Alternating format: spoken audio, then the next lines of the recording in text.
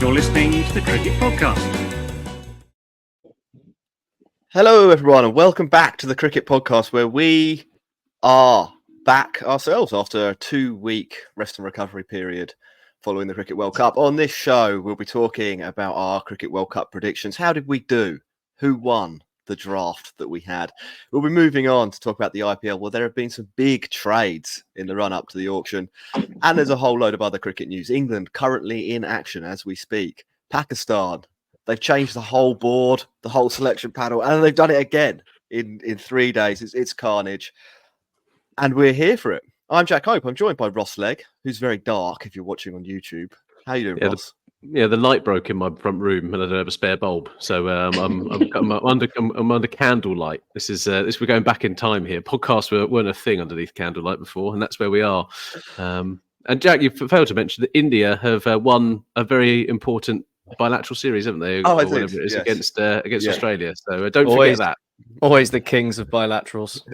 Yeah, we've got Max Rowe-Brown. How you doing, Max Rowe-Brown? Hello. Yeah, good to be back. It's been a while, hasn't it? But I think a well-deserved break. It was a pretty heavy going time for us podcast-wise, wasn't it, during the World Cup? So yeah, back and ready to go.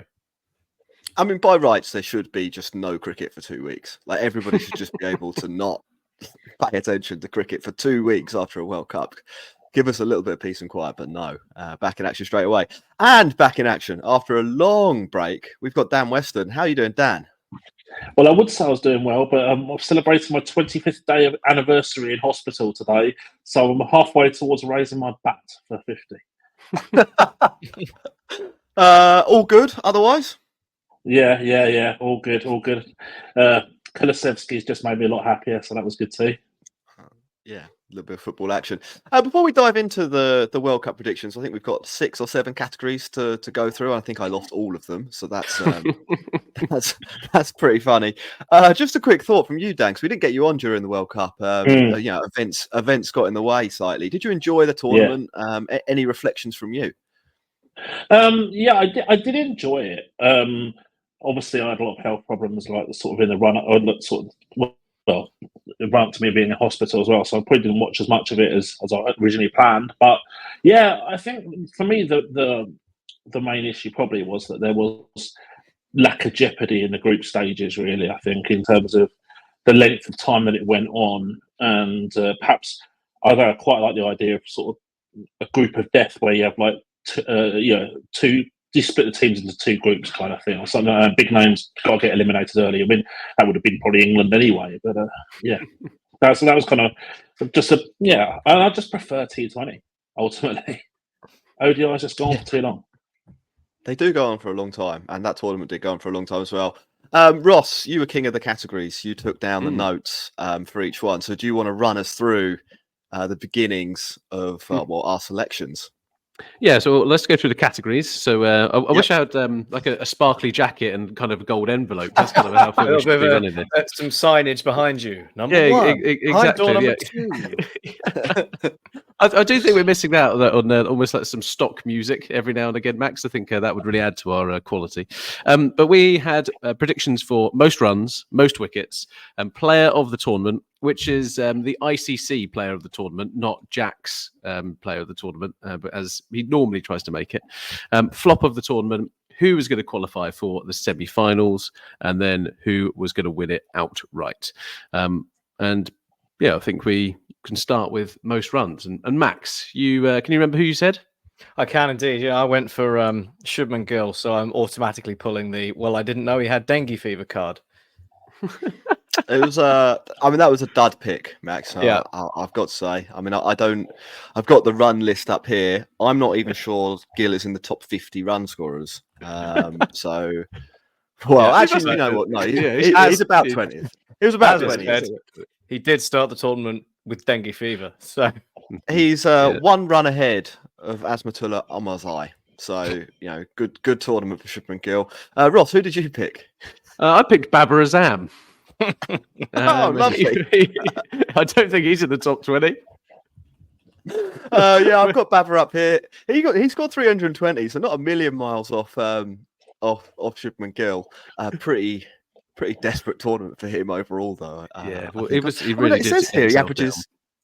It says here he averages 40. I don't remember that at all. Like 40 is not too bad. Are you just sure you're not remember reading his getting out. strike rate, Jack? down. That was a princely 82, Max. Oh, Yeah. very So, good. not great for him. I went for David Warner, who finished 6th in the run scorers. So I'm pretty happy with that. He was behind Virat Kohli, who obviously won. Bit of a miss from us on that one. Rohit Sharma, who came second, Dekok, Ravindra, and David Mitchell. I can't remember how points were going to work. Was it David three? Mitchell. It's David. Yeah, you know, Daryl David Mitchell. Daryl Mitchell, whatever. I got the Mitchell bit right. What more do you want? we're not all about facts on this show. I think it was 3-2-1 in terms of points, wasn't it? And you got 5 if you predicted who would actually be top run scorer. So 3 points for me, 2 points for Max, and 1 point for Ross. Dan, no points for you. You didn't attend the draft. Sorry about that. But I am interested to hear. I am interested to hear, as a little bit of punditry, who you thought the best batter of the tournament was, if we maybe exclude Virat Kohli from the conversation, who did score 750 odd runs. I was pretty impressed with Dekok, considering the fact that he's probably not in the national team thoughts as much as some other players, really, in terms of. And now he's going over straight away to play T10 afterwards as well. 4 centuries was good. Ravindra massively outperformed my expectations, but I would definitely be pretty wary about bidding on him in a big way. That IPL contract is coming his way. He's getting big cheese. He will, but I don't think he should. And I probably didn't see Shreyas Iyer's transformation into a bit of an intent merchant either. Fair enough. Should we move on to wickets, boys? We should. We'll start with Max. So Jack. So you take that round. Wickets wise, Max, you had Mitchell Stark, which I did, yeah. I don't know where he bowled all right. He was pretty good. Australia, obviously, It's not bad. Champs. Yeah. I think he finished in about joint 8th. There's quite a few players on 16 wickets, which is what Stark ended up with. He got a little bit better as the tournament went on, didn't he? Started off a little bit rubbish, but you went for a hot favourite. You went for a hot favourite there, and we'll see whether you're rewarded for that. Ross, who did you pick? I went for Kuldeep Yadav, thinking that it was going to be spin to win. Not sure it quite turned out that way, but I think he bowled pretty well. He was a good attacking option for him. Yeah, he had a pretty good tournament. Picked up 15 wickets, economy rate 4.45, which is about as good as you can hope for in modern white ball cricket. So nice from him. And I went with Shaheen Afridi, who also finished 6th in the most wickets list. Kind of felt like a quiet tournament for him. He picked up 18 wickets. But Pakistan even there. Like, that's what I've got to ask. But Pakistan even at the tournament. Not in the guys that they're in now. They weren't. The real winner, and he was a little bit of an outsider because you didn't really even know if he would play. It was Mohammad Shami, who picked up 24 wickets, followed by Adam Zampa, Madhushankar, and Bumrah, finishing also in the top 4. If any of us had said Madhushankar and he ended in the top 3, I think you just take the win and go home immediately. Yeah, I think if I don't even know if I'd have been able to name Madhushankar as a player going to the tournament before the tournament started. Like such a wild card, but he did bowl really well. Dan, same question for you as with the batters. Bowling wise, who stood out for you? You'd like to throw some credit. Yeah, I think you have to give a lot of credit to the leading Indian duo of Shami and Bumrah. Obviously, I think Bumrah was just simply borderline unplayable, and Shami had his own personal highlight reel, basically. But in terms of a sort of lesser heralded name, who again I sort of think will get a lot of bids in the auction coming up, Gerald Coetzee, who bowled with a lot of heat and a lot of passion. And I just like the way he went about his business, and I think that's going to attract a few crore in a few weeks' time. He can also bat a bit, so a few extra craw for that as well. Probably, yeah. Yeah, good headband. We know that's an important part of cricket. Mm. Yeah, and it was a bit like that. They obviously were out without Anrik Nortje for that, but he kind of stood well into those shoes. I thought actually really performed well. Yeah, I like him. So Jack, you take another round. You take another round there. Yeah, So with Shaheen, with that's 6 points. How many? What are the scores? What are the scores all round? So I'm on 6. So, yeah, Max is on 4 and I'm on 2. So this is going swimmingly. Oh, this is hotting up. What was the next category, Ross? Player of the tournament, and Max went with the Big Show, who, let's be fair, had some absolutely cracking performances, if not the best performance of the World Cup in the game against Afghanistan. Jack, you went with Hardik Pandya, who unsurprisingly got injured halfway through the tournament. That was weird as well. He was. What did he do? He twisted his ankle trying to stop a ball hit back at him, like really innocuous. Bit of a shame. I feel like I'd have been in with a shout had that not happened, and I think India might have won the World Cup had that not happened as well. So yeah, I think that's probably fair. Oh, but would Shami have come in? No. Well, that's a good point, Matt. Yeah, that's a curveball, isn't it? Yeah, Shardul Thakur could have won in the World Cup.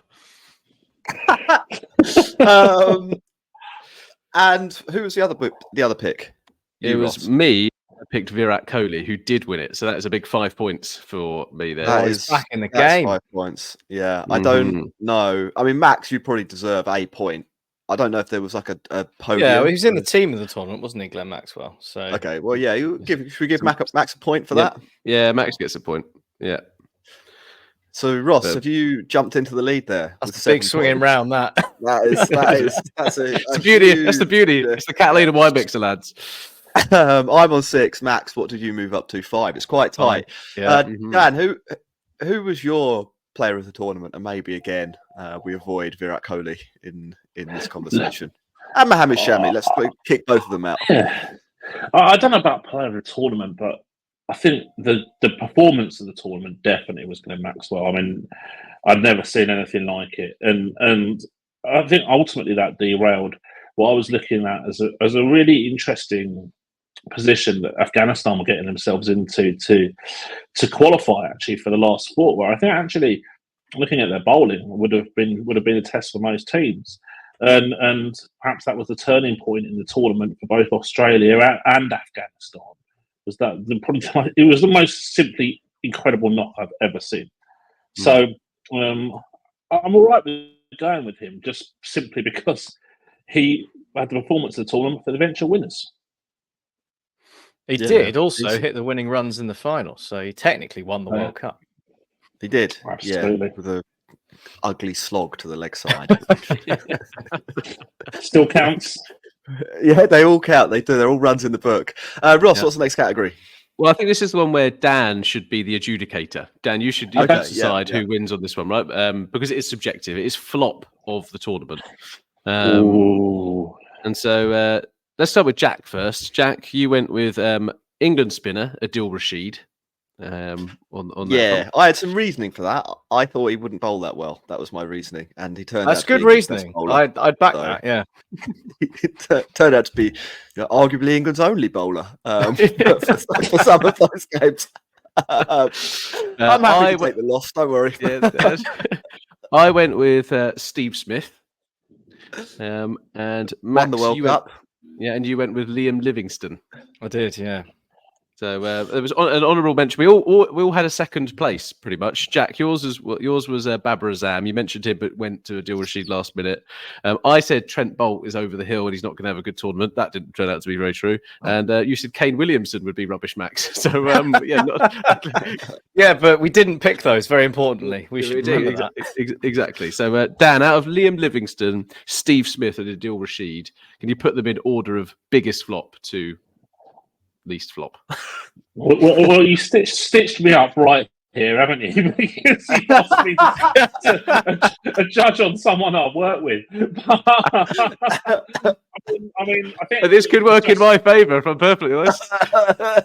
I'm going to be obviously have to go with sort of stats and stuff like that. And I think of those three, I think Livy probably did disappoint more than the other two. I'm going to go Steve Smith second because he struck at about 80. And I'm going to go Adil Rashid is the least to flop out of the three. Who was the biggest flop of the tournament? If England, obviously, but if you were going to boil it down, are we saying Josh Butler? Probably. Yeah, I think on expectations that's pretty fair. I think you could throw that sort of dubious accolade at quite a lot of the England team. Yeah, and we did. Mission accomplished on that one. Ross, what does that mean for the points table? Well, it means that you move. Max moves up to 8 points. I think Jack, you go on to. Oh, did you get 1 point for Hardick or not? No, you didn't get 0. So you're on 7, and then I move up to 9. So 9, 8, 7. But this is when it gets interesting. So the playoffs, what we had was obviously we couldn't do the snake draft like we did in the other ones. So it was 1 point per team you got right, and then a bonus for all 4. Max, you said that India would qualify, Australia would qualify, Pakistan would qualify, and South Africa would qualify. Is that 3 points? So 3 points, which is not bad going. Jack, you went with India. You also said England. Australia and South Africa. So 3 points for you as well. I'll take that. Yeah. And then I said England, India, South Africa, and Pakistan. So only the 2 for me, which makes it interesting going into the final. Who was the winner? So Max, that leaves you on 10. Jack puts you on to 10 as well, and I'm on 12. No, I'm not. I'm on 11 in this space. Outright winner. None of us said India because we said the podcast says India are going to win the World Cup. So the podcast was wrong. But I said England would win it, which they certainly did not do it. Jack, you were hell bent on saying South Africa the whole way through, very, very hot the whole way through.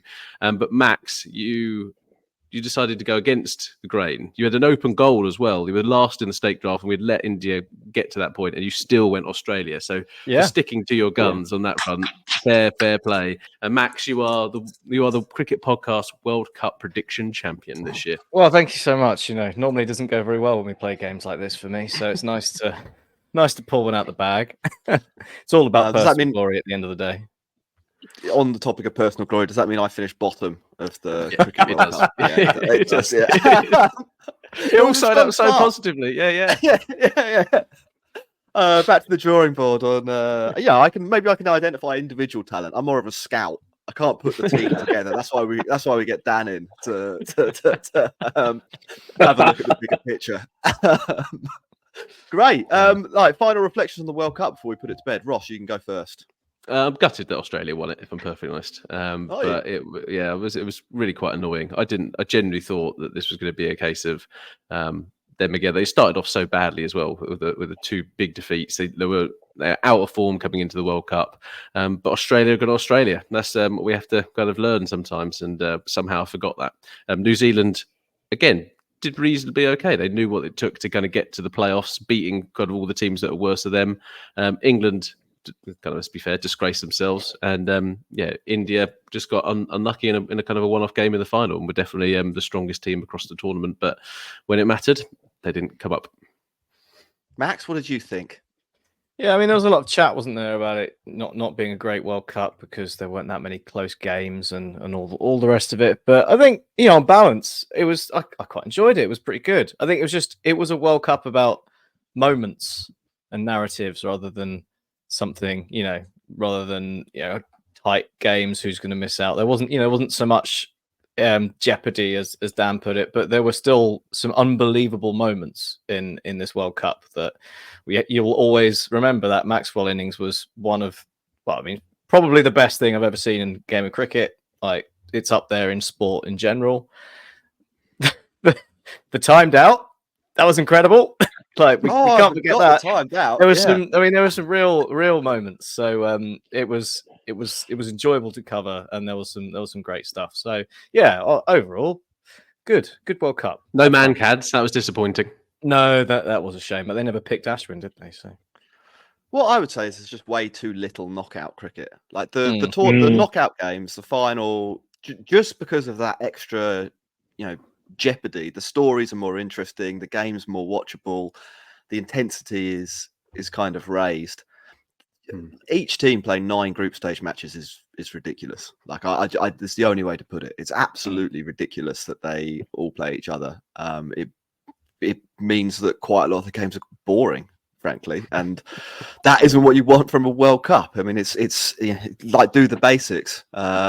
You want games that you'll remember for a long time, and almost always in any sport they're going to be the knockout matches, not the group ones. So to have 3 knockout matches in a tournament of that length, I think is, it's cricket shooting itself in the foot. From it's my take on that. Dan, I can see you nodding. You can have the last word on the 2023 Cricket World Cup. Yeah, I think I enjoyed the tournament generally, and I like the fact that a team can dominate and still lose in knockout stages. I think that's something that I do like, that element of jeopardy. And as I said on social media a few times, when basically I think everyone thought that India had won a tournament after about 7 games in the group stages. If you're 70-30 in 2 knockout games, you're just under 50% to win a tournament. So actually, you're still underdogs to win a tournament at that point. And knockout cricket has that jeopardy, as you say, Jack, and I'm all for more of it. Yeah, quarterfinals. That's what we want. It's what they're doing next time. It's just it's a Super 6, so it's like, take as much jeopardy out again, carry points forward for. Instead of all these like meaningless bilateral tournaments, why not have like a 32 country knockout tournament and have like an open draw, so you could get like Cricket FA Cup. India v England in the first round, but then you could also get The Faroe Islands coming up against England. Iceland get to host India. Iceland getting up See if they can take it home for a against replay. India. They've got an away game. They've got an away game against Iceland.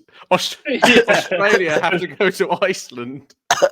Imagine that. They could be the cricket equivalent of a rainy Tuesday night in Stoke, for example. No super overs. If it's a tie, you get to go to the SCG and you get 30% of the gate receipts. Replay. Yeah, that's it. Replay next week. Scores. The carbon footprint on that Cricket World Cup would be staggering. Cool. Right. Just a final message to our fans, our listeners, our followers, however you engage with the podcast. Thanks so much for joining us for the Cricket World Cup coverage. We really enjoyed interacting with everyone. Do make sure you're hitting that subscribe button, following, because as we said at the beginning, the cricket never actually stops. There's England in the West Indies at the moment. Then there's England going to India, aren't they, in the new year? There's the IPL, and we'll be talking about that after the break. It's endless. We cover it all. You're in the right place. Stick with us.